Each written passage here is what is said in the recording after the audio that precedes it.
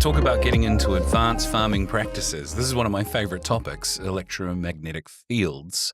Like, it has such a wide connotation to us. Like, wherever electricity runs, there's a magnetic field. Right. You can't help it. I mean, it's Faraday's law and all these other, it's just part of nature. There's an electrical current, boom, there's a magnetic field. Yeah. And so what does it carry? And so, to give an instance, so like I've discovered the electricity in the soil, we could measure the electricity, what was the effect of it. And my first instance of really getting smoked by this was we had these oak trees I'd planted that looked like they'd been sprayed with 2,4-D, a chemical hormone spray. Twisted and turned. It looked like... That's pretty horrendous. It was. Had the spray gotten onto it? Well, no. And What? this was the thing. No, it wasn't. And it wasn't till I sent a test off to Brookside Laboratories in the States, and they could not find any chemical residue. And they tested for 60 different chemicals. Wow. And I'm going, well, there's something going on here, but I don't know what it is. And it wasn't until I got hold of John Godwin, God rest his soul. He had a Theratest machine, or a machine that worked on frequency, and he could actually take the soil and we could measure the frequency of was the residue in the soil. And this is a new concept to most people, that our soil's around 30% silicon. So what's in a silicon chip? Okay, well, you're really putting me on the spot there, but I mean, I know that they're able to absolutely shunt around electricity very precisely and specifically. Absolutely, and the silicon chip... data, I should say. and retains data. Oh, of course, the point you're getting at is memory. Yeah. Because silica can maintain memory. Yeah, gotcha. Absolutely. So what we were finding is that the products that had previously been put on the farms had imbued a memory in the silicon portion of the soil. Wow. Okay. And so when we cranked up the electricity, when I found out about the different forms of silicon that could increase the electricity, what we did was we amplified the frequency. Just getting my head around that. Okay, so you've got silica that pre-exists in the soil. Yep. And if I'm putting two and two together, whatever it's been exposed to chemically leaves it with that memory. That's right. Even if the chemical has since moved on and gone and degraded. Absolutely. So there's no chemistry of, say, a poison left in the soil, but the silica says, but I have a memory of this. Absolutely. Okay. Now, this is just akin to the, like any electronic device. If you have a radio and it takes the airwave and it turns it with electricity and it runs it down a wire into a speaker and it expresses the information. Yeah. Okay? Yeah. It does that in your computers right here, like with where we go. It's like this is all just electronic expression. And we are absolutely surrounded in it. Absolutely. And so what happened with us is like, oh my God, what's going on? And then I realized what was happening, and we could see the effect of creating electricity in the soil and amplifying that effect on the plants that were growing there. Okay. And so they didn't need the chemical by itself. Okay, so an important thing for me coming to terms with this is not all electromagnetic fields therefore are the same. Would you have some neutral ones, some good ones, some bad ones? Bad ones from the memory of something else. Yeah, or it's but just a field influenced by the memory of prior activity. Or wherever it's gone through. So like if the power lines are coming down the road and it goes past a paddock that's just been sprayed with Roundup, right, it picks up some of that frequency of Roundup and carries it on down the line. Oh, wow. Okay, so what's happening in neighbouring properties then can influence your property because it's carried in by the electrical power lines. Absolutely. Okay. And so then with the electrical power lines, the electricity goes through a transformer, and the transformer's full of chlorinated fluorocarbons. So we know that chlorinated fluorocarbons are a deoxygenator, and then that frequency gets into your house. They were also banned years ago in aerosols, right? So that they didn't affect the ozone layer. Well, yeah, they're slightly better than the PCBs that used to be in there, polychlorinated biphenyls, which are even worse. Okay. But like and it's the reason they use them is to stop them heating up. Those products don't heat up when they're going through electricity, AC electricity. So Sure, it's like asbestos. It had a really handy function as fire retardant, but also gets into your lungs and kill you. Yeah, so keep it in the box. Yeah, right. But in itself, it has a frequency we don't want around our farms. Totally. Okay, and a variety of examples. Variety examples. So this is the problem we face is that, like there's the picture that we've got on the front there. I mean, that's a pretty hideous sort of picture, but yeah. No, not intending to scare anyone, but a good example of we're surrounded in the fields. Yeah, well, you want physical evidence. Like you go down south and you go past the power stations. Good clients and friends at Curio, you go up the road there to the Waitaki Dam. If you go past it, you'll see all the fences and everything have all got these big insulators on them. And that's to stop the electricity coming off the big cables down into to the fence on the side of the road and going back to the power station. Right, back. Yeah, okay. Well, the power station knows the importance of stopping it. Yeah, well, it's actually a funny thing is that's above the ground. If you go around the power station, you'll see all of these electric earth wires locking all the gates and all steel stuff, all going right back into the dam. But that's quite important too, right? Because they're often, as earth wires, they're not supposedly carrying the electricity that could buzz you and shock you. It's, forgive my ignorance, Ewan, because I know that I don't know that I sound like I understand anything, but hey, I'm the guy that can ask the dumb questions. But that still carries a frequency to the earth. It carries electricity. I mean, everything has earthed back to the power station. Okay. Everything is. I mean, and so this is an important factor. Is that you need? Then why do they have the earthing wires that come off every few kilometers, meters, whatever? Well, they have to do that in case to take off, like say, no, look at this, where the photo is and this electricity goes with this big boom. Yeah. Well, all of those things need to be attended to. How does that get into the ground? If the lightning strikes the power lines and it can't get into the ground straight away, you're just going to smoke the electrical wires for the next 20 k's and and everything in it, like every house, everything else is just going to go. Kaboom. Yeah. It's an interesting topic because, we're so accustomed to living with electricity in our modern life. It's almost now invisible to us, right, in terms of the effect and how much infrastructure we're surrounded by. Totally. And there's, part of the reason that I'm so hot on this is because I'm very susceptible to the frequencies. I can feel I just really feel shit. And there is a actual reason for that. And there's a really good book called The Invisible Rainbow by Arthur Fistenberg. And he describes the people that are really susceptible to this stuff. What they call they have a porphyrin ring on the blood, which has another magnetic effect. And I must have it because, like, if I get inside these areas and it's not protected, I just get totally wasted and I feel like shit. All right. And I know a lot of people do. Well, we've got an approach here that can help people reduce the effect on it and the effect that it carries through to their farms, right? Absolutely. Well, like these effects on the farms are what we saw. Then we carried on to how we lived in the houses. And so, like, this is a thing that, look at it.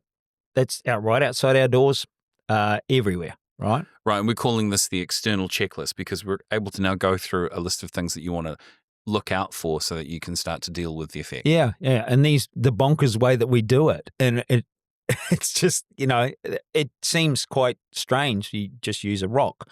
Now, the reason that we're using these rocks as we go on is that I was actually reading about Acres USA and the effect that it had about people using paramagnetic rock. And I thought, oh, that's interesting because I'm feeling quite, not very good about this process.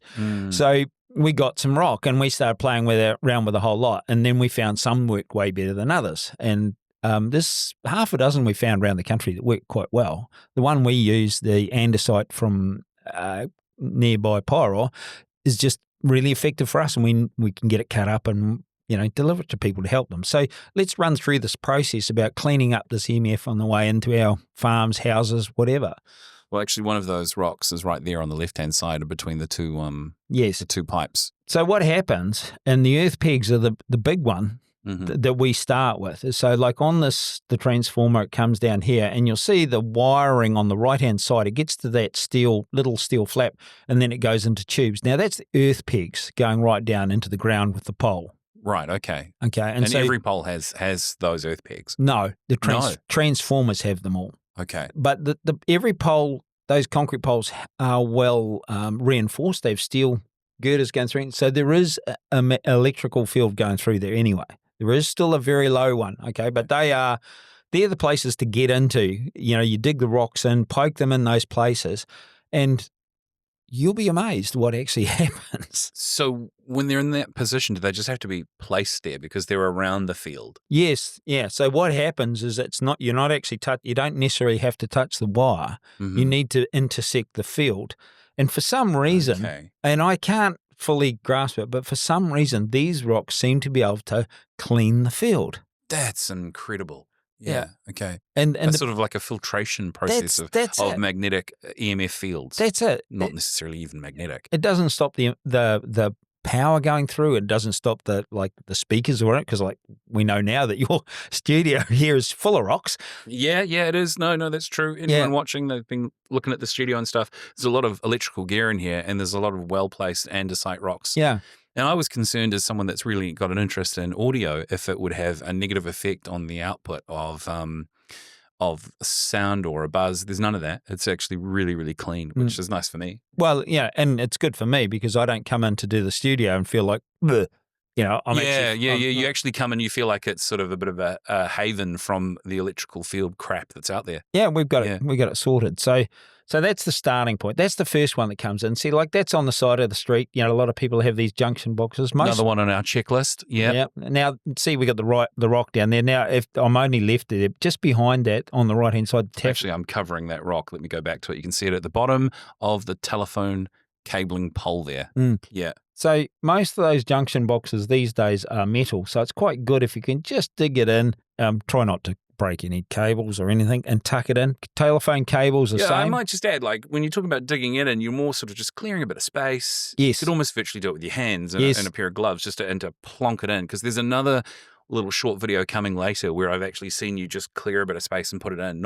And that's on your own fence. You digged in a bit, but you wouldn't do it for this. Well, you just try and make it so that it's not going to get knocked out or kicked away, and it's still there. And if it's touching the outside box of the that junction box or the transformer, that's enough to actually affect it. Well, actually, what's kind of clever about that one, that just looking up at that one there, you can see that rock would be intersecting two fields. Yeah, that's what I'm trying to do with that one there, is just point out how you can use it on both fields at once. Right, yeah, good. Save your rocks. Yeah. Okay, what's the next one we're looking at here? Okay, so these are other ways of that stuff come in. Like, people don't realise that your satellite dish does bring information in from outer space. Okay. What if the satellite dish is not current, you no longer have a skybox at home? Put a rock on it. It would still, it's like an aerial, right? Yeah, it's bolted to your roof, isn't it? Yeah, totally. Okay. Let's have a look at that again. Yeah, so we quite recommend that. I mean, even your roof, even just having one on the roof's not a bad idea. I suppose with anything that acts like an incoming aerial system to atmospheric frequencies, you're going to have the potential for that to come into your home. Absolutely. Yeah. Okay. And so then when we get to the smart meter, you can see the rock there with the earth wire. Like those green and yellow wires, they really need attention. The smart meters, we've had people that couldn't. If that's not clear to the viewer, that yellow wire also has a sort of a thread of green running to it. Yeah. Running in it. Yeah. Yeah. We've had people that have put smart meters in, and they couldn't even get to half their house. They couldn't eat in the kitchens and that. And we've got people write these big stories about how it's affected them and how they're so much better off for this. Well, I haven't told you this before, but I knew someone years and years ago when this topic was not as widely accepted as it is now.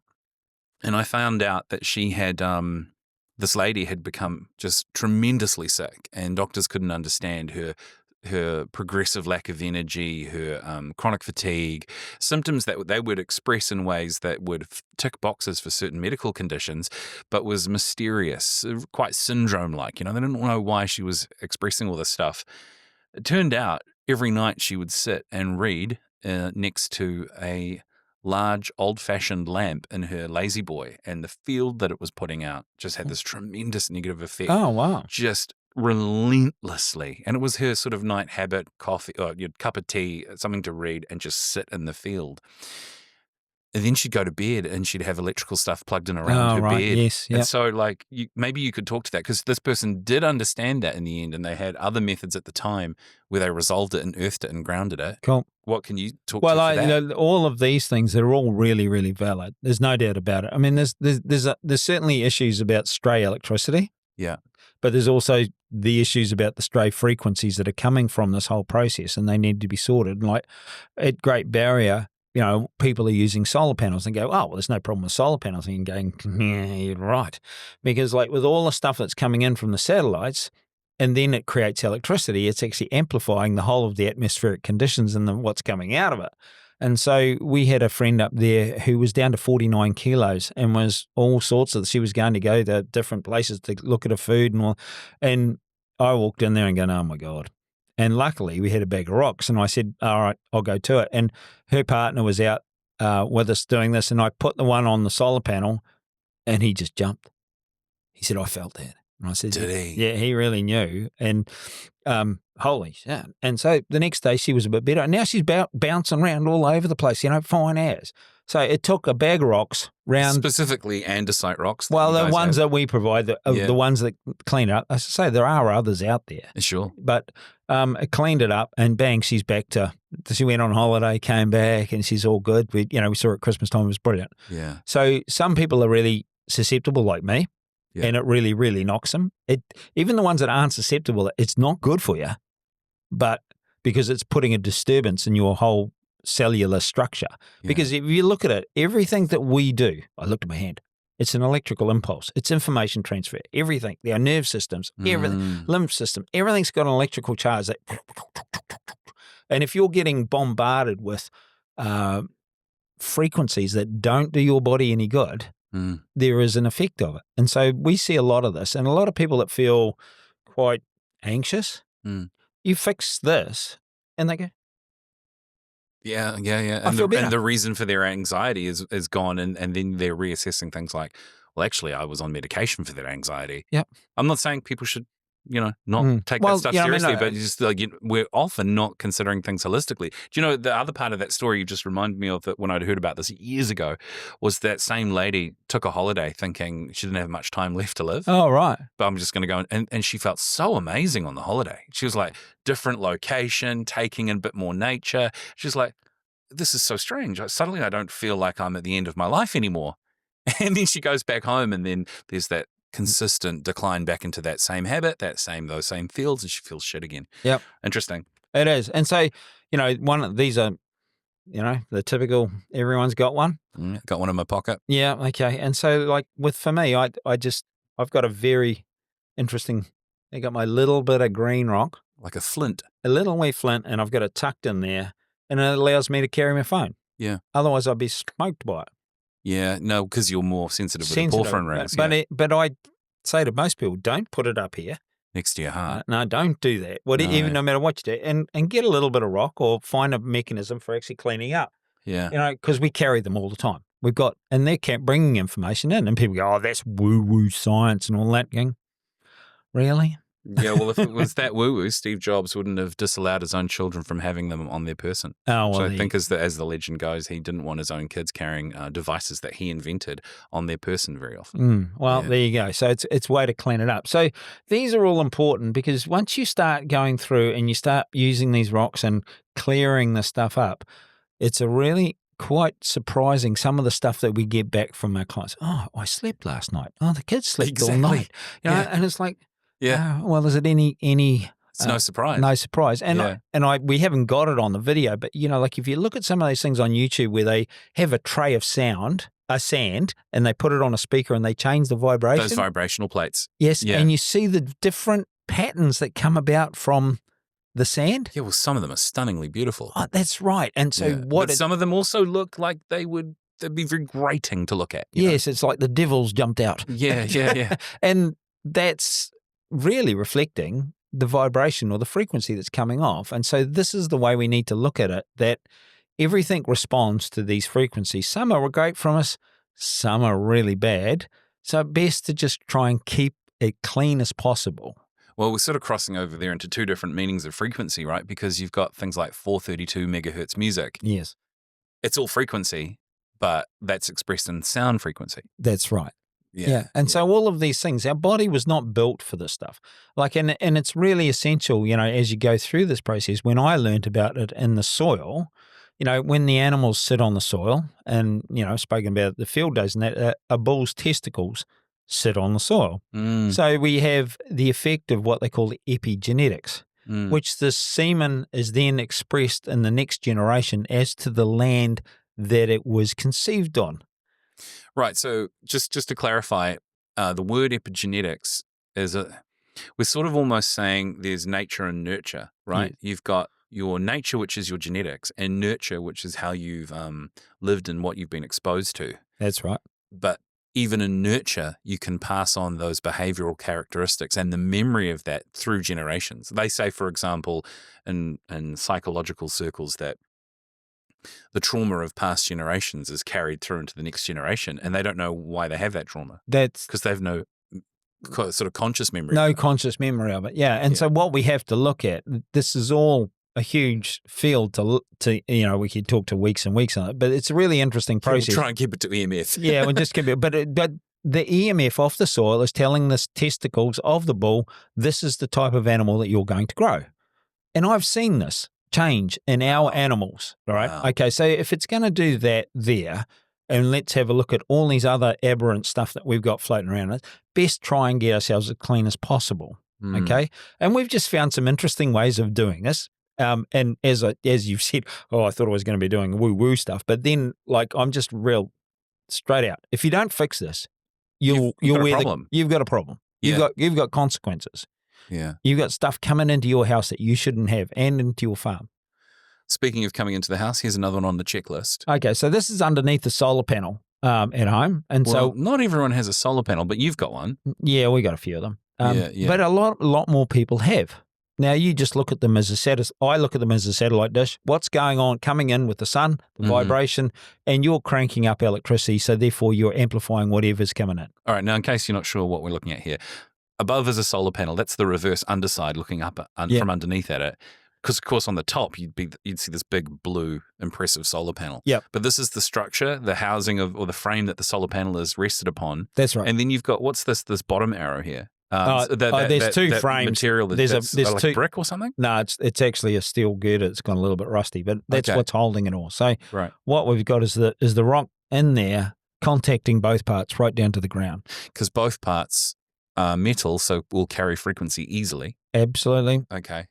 Okay, that's cool. That makes a lot of sense. What's the next one we've got here? All right, this is probably the nastiest of all nasties, to tell you the truth. An actual earth peg. It's the earth peg on your house. Okay. And when I say to people, well, where do we start? And go, well, where's your power come from? Yeah. So where's the transformer, the incoming source, smart meter, earth peg? Mm-hmm. When you get to that point in the smart meter at your switchboard, go looking for the earth peg. Okay, now you said to me the other day that earth pegs often have that green flap on it. That's right. You see it here? Yep. Yeah. Yep. It's sort of like a standardized industry-wide label. Yes, absolutely. A lot of them look very similar, and basically, that's you hit the smart meter, you hit this, and I have laughed. If you have an electrician around, go back and look afterwards because they generally throw the rocks out, or they curse you for a rock falling out of this smart meter and landing on the. What's this bloody rock doing here? And then suddenly your frequencies are back on high. Totally. Yeah. Okay. It happens. Yeah. So, really important. And this is inside, like switchboards, chorus boards, modems, whatever. Okay. No, this is something I'm interested in because, what the equipment we've got in here. Every home's got a chorus box, or if you haven't got fiber, one day it will. So the chorus box comes in because of fiber. If you've still got a copper line, that's a different story, but that can probably bring in information as well. It does. You just go to the back door and when the cable comes up and just sit it on top. It's all right. It's all good. That'd be okay. So we should cover that off for anyone that's still using that kind of broadband. But then going over to this one here, the white chorus box comes in with your fiber.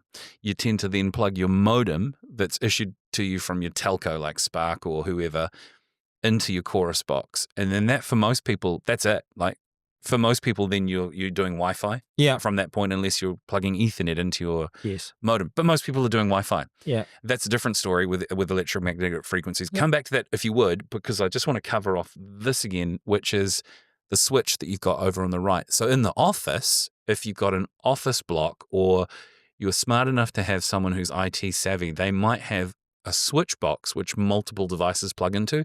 Now, I know we're getting into an office setup there. That's not most homes, but it should be covered off, look, even that sort of thing. How can you live and work and go through this shit every day if you're living in a box of crap? Yeah. And it needs to be sorted. And I mean, I see it and I walk into people in offices and, dare I say it, somebody that was actually getting a massage the other day, Stephen. 10th floor on Queen Street sort of thing? Yeah, and in an office? We went to their home and what a cage of crap. Oh, no. And they're getting body work. Yeah, and they're getting, but anyway, I said, look, take this, do that, and you'll be amazed at what changed. So like a lot of the times we're trying to do something, not realizing what's causing us the grief to start with. Well, that's true, right? I mean, a lot of the time we're medicating for things that we don't have an understanding of the cause. Yes, and it can be frequency. It can absolutely frequency. You walk and live in that frequency and it's not good for you. All of a sudden your whole body's disrupted, everything doesn't work. Something to consider from a holistic perspective. Very much so. So I'll go to the next slide here. This is the household pack. Yeah, so that's just a bag of Guardian rocks that we make this up to a size that in general this covers a house. So there's enough there for the earth pegs, the smart meter, the internals, the back of the computer, the bits and pieces, the electrical devices around the house. And so that's about the size of it for there. But, like as we go on with this process, it can get a lot more extensive on a farm. Yeah, well, it would be a bigger bag, I'd imagine. That's a modest bag, but it covers most situations. All right, what's the next one here? This will be our farmer's checklist. Yeah, well, yeah, shit, yeah. So, like the pitch. You must earth each leg. Yeah. It's a massive pylon. Yeah, funny. It is. And it's like as bonkers as all this seems, what's a little rock going to do at the bottom of these pylons? But it is bloody mind-boggling what happens, Right. And, like on a farm that we'll be operating on, we'll want to be on the incoming pylon and the outgoing pylon. Hang on, that's quite an interesting differentiation because incoming and outgoing pylons, how do you tell one from the other? Well, it doesn't really matter which way it's going. What it is that you're blocking your farm. Okay. So when you do those two outside pylons on the farm, it makes a huge difference. I was in a farm in Canterbury and they were showing me this picture. They have two lines of pylons going up through the farm. And they were complaining about this part of the farm was always stuffed and it never worked. I've tried regrassing and that, and I'm just sitting there sort of giggling to myself inside. And I said, can you not see the pattern that the part of the farm that's buggered is between those two lots of pylons? Right. Ooh. Oh, shit. Yeah, true. Yeah. And we went and sorted the rocks out on it and it came right. And so like even with the pylons going through, we actually managed to remedy the situation to the point that it was functional. Now, they had irrigation too, so that what was coming off the pylons and through the irrigation and sprayed on the ground, everything's getting just totally toxified. And so, like, how do you fix things? Hang on. Irrigation, so they're spraying water through machinery. And are we talking about how the machinery itself is emitting a field, or are you getting into the more next level thing of frequency into water? As well. Okay. So, like you've got these irrigators going around, so they're attracting electricity off the main cables coming down because they all have these fields and an electromagnetic field can actually generate electricity. So like... yeah, right. Gotcha. Okay, so why do you have can generate electricity? Yeah, so why do you have magnets in your electric motors? They spin them around and it goes the other way if it's a generator. So there's always equal and opposite. So then the frequency then gets into the water and then you're irrigating that frequency then you're chemically spreading a frequency through the water distribution. Spray, aerosol. Yep.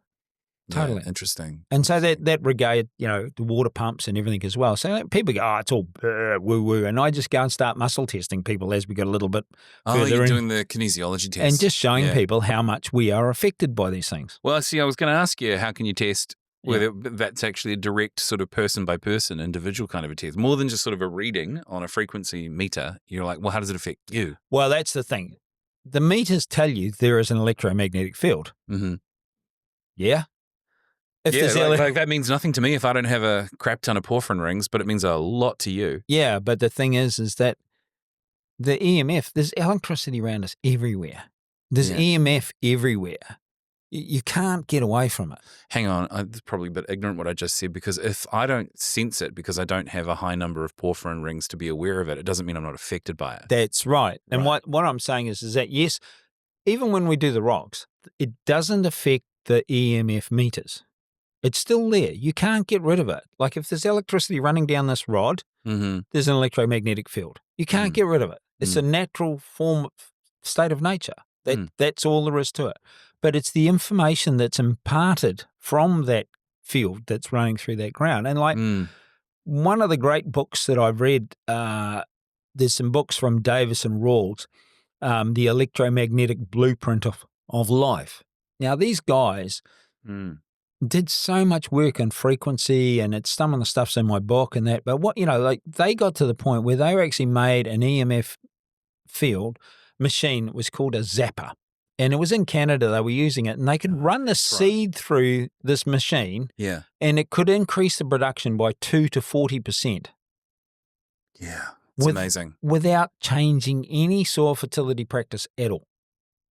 Just by So they were electrifying seeds in a positive way before they were planted. Yes. Okay. And like I met a chap up there whose brother used to sell them and said, and he'd been through ag school, and he said, we did all the trial work while we were there, and he said, they were right. They all had a massive effect of increase in production, and it disappeared. So like you go, so you want to genetically modified, or you just want to actually set the tone for what the plant wants to grow? Yeah, well, you got to wonder what agenda is at play for a really successful machine like that to stop being produced. Well, good things do disappear at times, but I mean, there's just another one of those things that we need to be more aware of some of these things that we should be utilizing. Man, if I had a machine that would increase my production by 40% just by putting the seed through, I'll have it. But then what I've learnt from them is about the nature of the beast with this electrical current running through the earth and how the soil is and how those seeds respond. Sure. Hey, can I just go back to this image before we move on from it for the farmer's checklist? Because we spent a lot of time talking about the one there on the left, but the one to the right. Well, what do we want to cover off about that in terms of farming?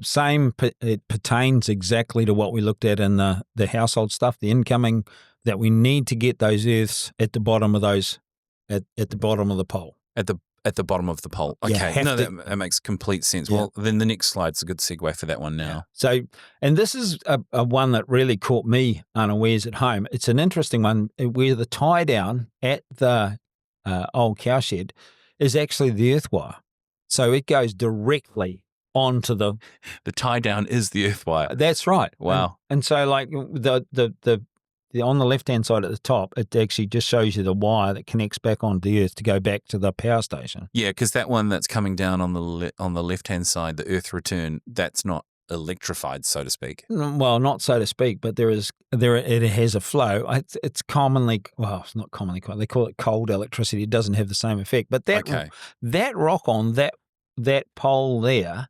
So as it comes down to the ground, we're now looking at the one on the right-hand side. Yeah, and so right in the bottom part of it, you'll see a rock dug into the ground there under it. To the left of the peg, yeah. Yes.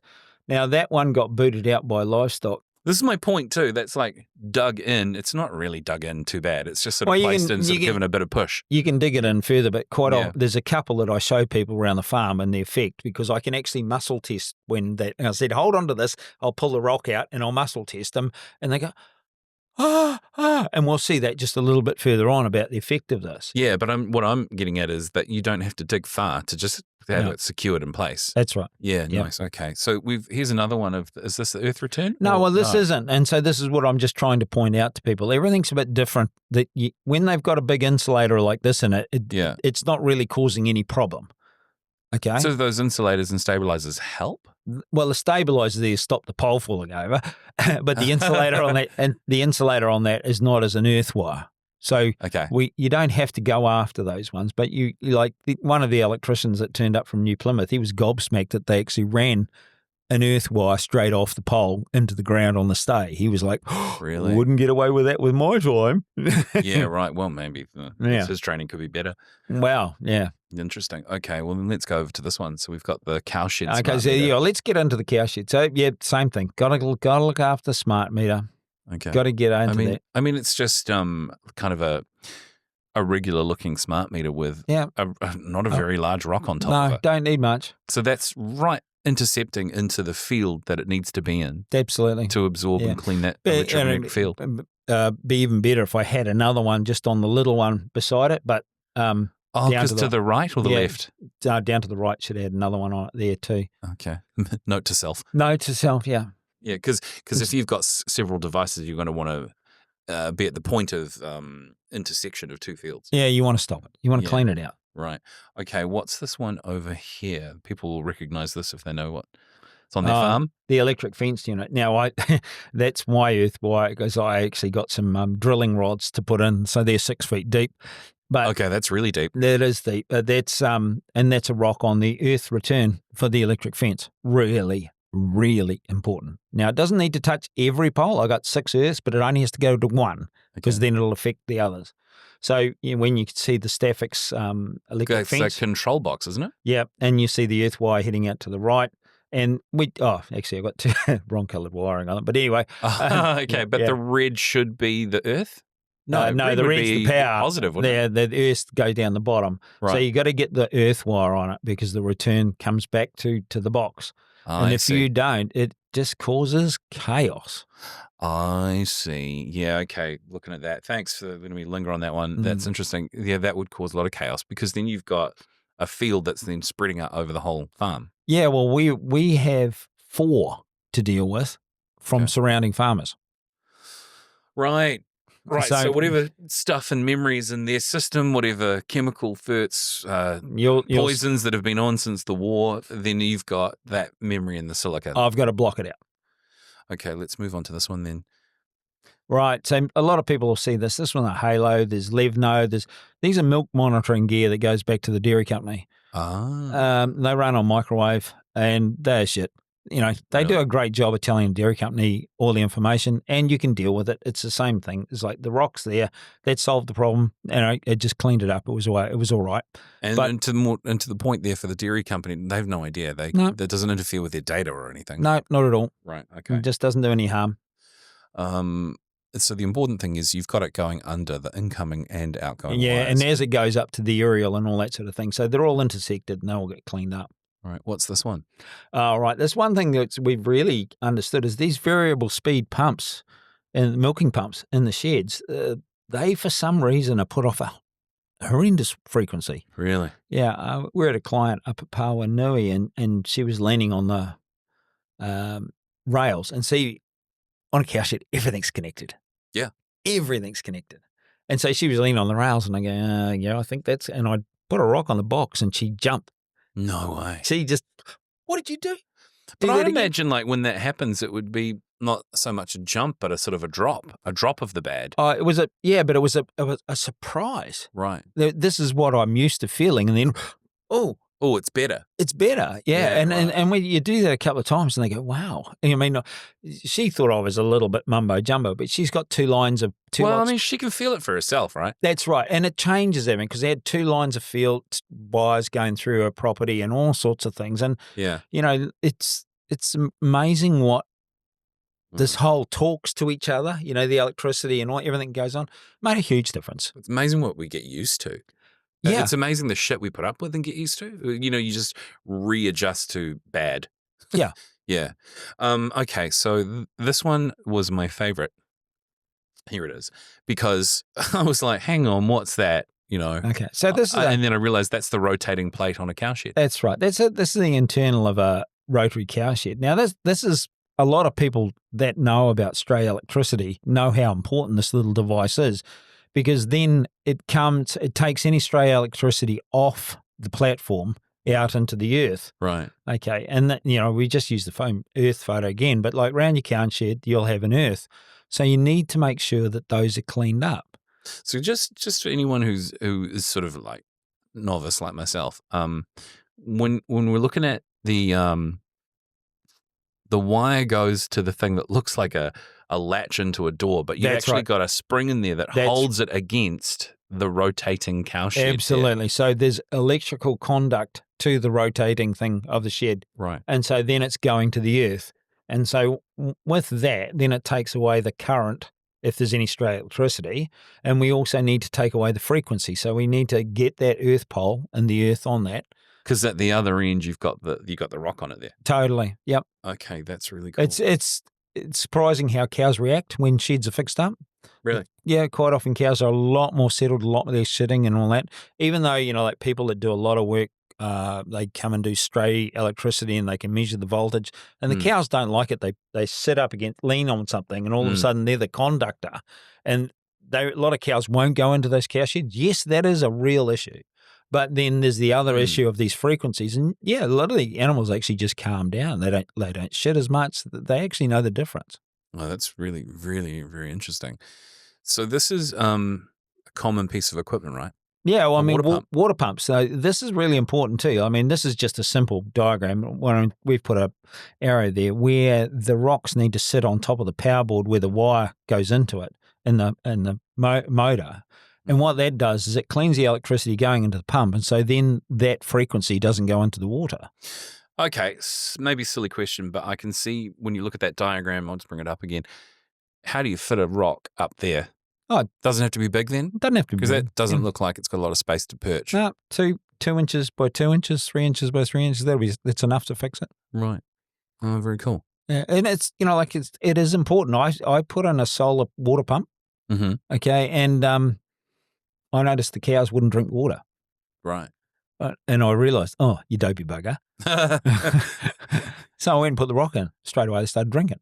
Okay. So I had to clean the electricity that was going to the pump that was pumping the water. When before we had a petrol pump and there was no issue. And it was just a really noticeable watching the cattle and going, they don't want to drink water. Oh, God, of course. How electrical field, yeah. Whatever had been gone into that water, they didn't want it. How quick did they change? Oh, about an hour. About an hour? Well, that probably took them a little bit of time to realise, oh, it's gone. Yeah. Yeah. Oh, no, I've seen water frequencies change and animals know within seconds, but it just took a little while for the water to get through to the cows and all that, and where they all started behaving normally again. Okay. So there was some still drinking it, but not because they had to because they were bloody thirsty. But as soon as that water from the pump and the solar panel when I'd been down and put the rock on, by the time it had come through all the pipe and into there, about an hour later, they were back to normal. Yeah, sure. Okay, so I want to preface the next clip because this is a video which is going to be coming out on your open day video, and this is just a clip from it. So in this case, you've got a whole bunch of people who've come to the open day and they're standing around and you're demonstrating or about to demonstrate a kinesiology test, a muscle test. And as the person holds the wire of the fence, and bearing in mind it's not an electric fence, then with and without the rock placement, you see them being strong and weak, right? Have I got this right? Yeah, yeah. The cows were in this area and they were really pissed off. And I was going, what the hell is going on? And we had some visitors from Switzerland come, and I came down here to show them what had happened. And lo and behold, this rock that we'd set up here was out in the neighbour's paddock. And I already can feel what happens when I disconnect it. So this rock, it's a bit unique really. It's an andesite rock, but it absorbs or cleans the EMF field from electrical current. So the electrical field is coming from there. Even though it's quite low, it gets to here, it gets amplified for the amount of electricity we're getting in the soil. So we need some crash test dummies to prove how silly I am and just to show mates it works. This man here looks prime for this. Looks like a real skeptic. Yeah, come on. So what I'm going to do is how many people have used kinesiology before? Okay, so it's about just testing yourself as a meter or strength. So what I want you to do is just stand out here, put your arm out here, strong as you can, just resist me. I could just about do chin-ups. So I'm going to put that on there. Now I want you to put your right hand on that and put your arm out. Come on, try. Okay, you're fairly strong. Now put your hand on that. There. Put your arm out. You going to try? Oh, You gonna yeah. really try? Really try. Really Okay. try. Come on, try. Would you like me to do that with one? That's it. Would you like me to do it with one finger? I spend 3 days a week at the gym too, so. He's a good guy. I recall, because I filmed that, I remember meeting him earlier in the day. He had an open mind, about all the things you were doing, but Yeah. he came from a really traditional background. Yeah. But he was just sort of at that point on learning about new concepts, and he stepped up, was like, I'm not so sure about this, but he actually found it, because I spoke to him afterwards, quite incredibly interesting and fascinating, because he actually is a really strong guy. He does hit the gym 3 times a week. Yeah. Yeah. Yeah. Yeah. And so the scenario for us is that if you go back and look at some of the other videos that we've shown where we've used certain fungal species, they've cleaned up the soil, we've removed the toxic frequencies, we have to stop the frequencies from outside coming in because they have such a degrading effect. Mm. And that happened, last year, and it was pretty horrific, but it was an eye-opener and just made me go back and revisit how important this was, and that's why we're doing this video. Like that fence line, when I looked down at, there was a strip 15 metres wide. We were growing brown top, which is a really low-quality grass, poor fertility. I put the rock back in and sorted it out. Within 10 days, the red clover and the plantains had come back. Wow. And it's like, oh, Bennett, it's this is how. And when we put that rock back in, it took about 10 minutes. The cows were calm. Like they were in the area and they were pissed off. You'd go past, they'd bellow and I put that rock back and they just settled back down. So, wow. Our cows are our lab rats, and they tell you if you're willing to watch and listen to say, well, that's not right, something's wrong. And, some good tourists from Switzerland to help me to go and have a look and show them what's going on. But this here is just showing you how we do this. Okay, so this is giving more of a sort of an explanation on how you wire them in? Yes. Okay, here we go. To nullify the effect, what I've done is I've wired some soft electric fence wire down through the fence here, and then we get one of our andesite rocks and we wire it in like that, hook it together, twist it, and we bury it in the ground so that we can't knock it out of the way again. Really important. So we'll go back from there. Okay, that's pretty straightforward. Yeah. Yeah. It is. And what happens That's the one instance that I noticed that you actually do bury it in a bit. Yeah, well, you go around the farm, either side of gateways and things like where fences stop, and then you go, and corners of farms are really good where they've got a strainer post and then all the wires running down. You can actually run the wire down beside the strainer post and catch all the wires, put the rock right in the corner, dig it in, and, you can go up to about 700 or 800 metres stretch with one rock in a corner. It's quite remarkable. Wow, that's quite a distance to cover. Yeah. Moving over to this one, this gives another sort of show of how to actually twist and move the wire to get it into place. Well, we have to do this on the farms where, you've got electric fences and you can't earth the wire like we did on the 7-wire fence. So this is just a show of how we do that. Okay, here we go. So, of course, we don't want to earth the electric fence, and this one's actually not going at the moment. I'm saying the top one is, but the next one is, and I'll certainly let you know if it is. So wiring it like that, we're just intersecting the electromagnetic field that surrounds the wire, and that's the part we need to clean. So all we're doing, and because we want to leave this electric but we want to clean it, we just go around it like this. And you're on the plastic bits there, right? Yeah, that's right. Yeah. Because you're not actually wanting to connect with the electric fence per se. That's right. And I mean, just its field. Yeah. And so we fully intersected that field. And it's not the wire that's going to be doing the intersecting, it's the rock using the wire as an aerial. That's right. Right. Yeah.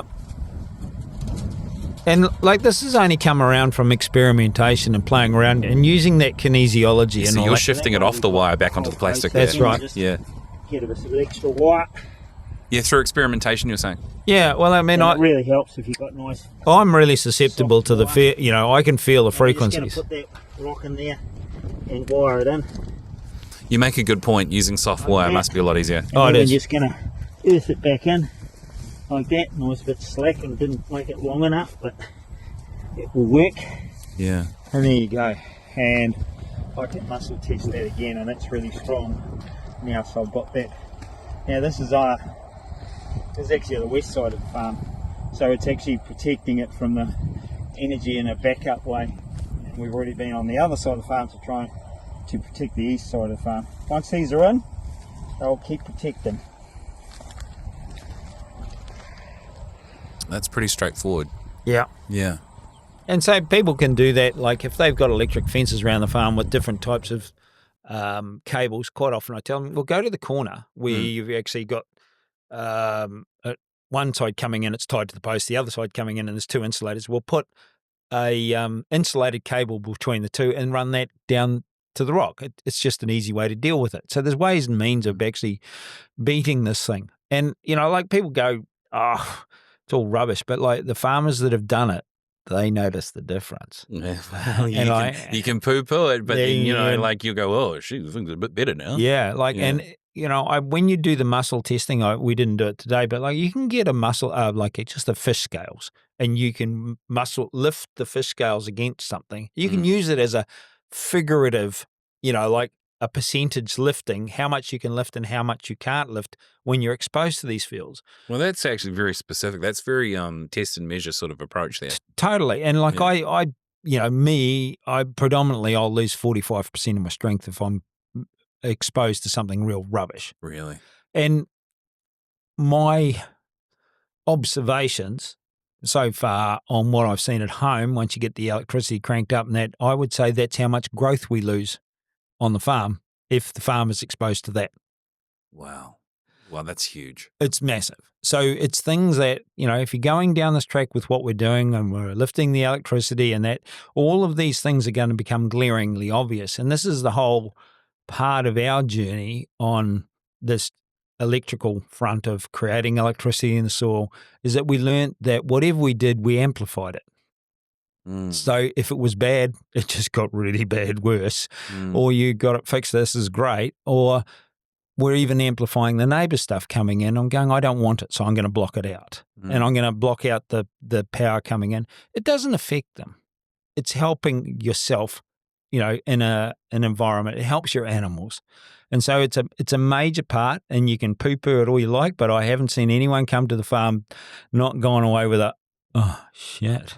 Well, especially if they've done that kinesiology test, that's just plainly obvious. Quite often, like when some real big bloke turns up and he's straight, I'll just pull out the one finger, the little finger, dangerous little pinky, and I'll nail him. And the looks, and okay, this is how your body is responding to that frequency. So if you think that that's not going to have an effect on the microbes in the soil that bring the soil fertility and do all this healthy stuff for you, more fool you.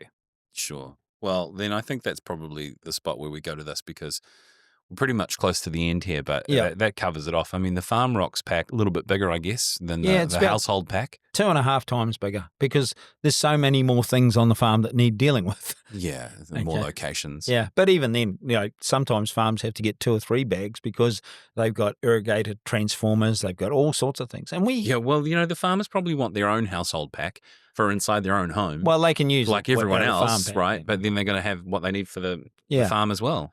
But, I remember one farm, it had 5 transformers down the road. Guy couldn't keep staff. They were all irritable, put them in. All of a sudden, he got most of his staff problems went away. This is the sort of thing that you're just stuck inside and this goes into the cow shed. You're in the cow shed for 6 hours, 4 to 6 hours a day. And if you're getting smoked by this, your work environment shit. If you're in a computer room and you're getting smoked by this and you want to know why you're tired, well, there's a good place to start. Yeah. Yeah, that's really, really interesting stuff. And they don't wear out. They don't need replacement. No, don't need replacement. That's no, brilliant. No, some 10,000K service requirement. No. Okay, cool. Well, look, I guess if you want to get in touch, go through the website. What's the website again? Ewan? EFA.nz. Really simple. Right, and it takes you through to the expanded URL, which is ecofarm.aotearoa.nz. You can use either, but EFA is very straightforward. Just .nz at the end. That's right. Right, good one, Ewan. I'll see you in the next one. Okay.